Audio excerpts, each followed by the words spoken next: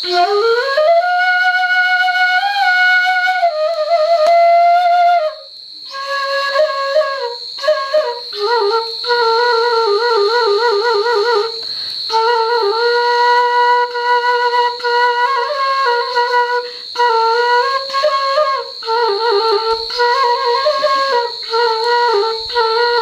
2014 saya teken ini untuk bangunan rumah kat ini. Kenapa saya mengizinkan sedemikian? Karena terbayang untuk kedepannya, karena di sini masih hutan belantara.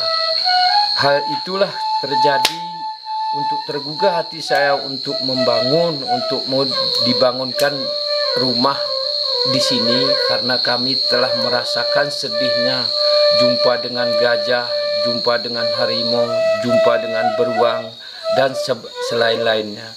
Inilah maka terbuka hati kami untuk memberikan yaitu tapak rumah ini. Inilah terjadinya awal dari cerita yang 2014.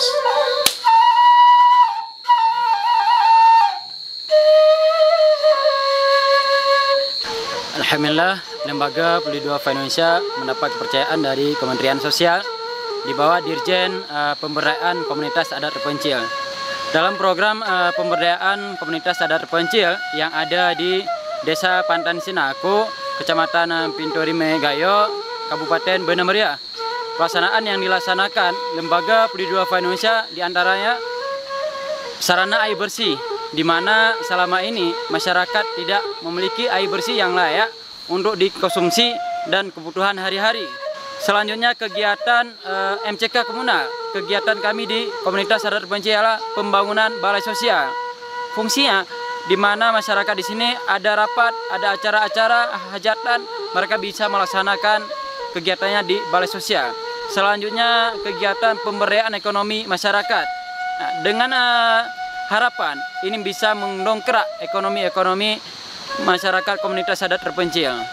Dalam melaksanakan program komunitas adat terpencil yang ada di Pantan Sinaku, Kecamatan Pintorime, Kabupaten Bena Meriah. Terima kasih kepada pelanggan Indomaret yang telah mendonasikan sisa belanjanya melalui program Indomaret Peduli untuk masyarakat komunitas adat terpencil yang ada di berbagai pelosok yang masih membutuhkan perhatian kita bersama.